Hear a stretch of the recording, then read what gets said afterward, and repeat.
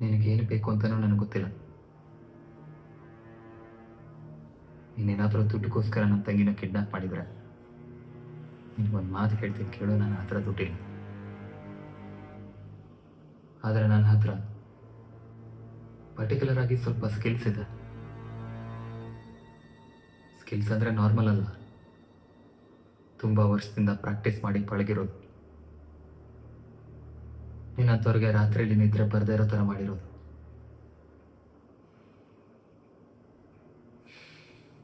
ನೋಡು, ಸುಮ್ಮನೆ ನನ್ನ ತಂಗಿನ ಬಿಟ್ಬಿಟ್ರೆ ಇದು ಇಲ್ಲಿಗೆ ಮುಗಿದೋಗುತ್ತೆ. ನಾನು ನಿನ್ನ ಹುಡುಕಲ್ಲ, ನಿನ್ನ ಬಗ್ಗೆ ಯೋಚನೆ ಕೂಡ ಮಾಡಲ್ಲ.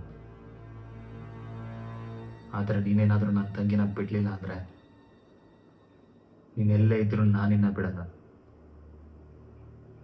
ನಿನ್ನ ಹುಡುಕ್ತೀನಿ, ಹುಡುಕಿ ನಿನ್ನ ಸಾಯಿಸ್ತೀನಿ. Good luck.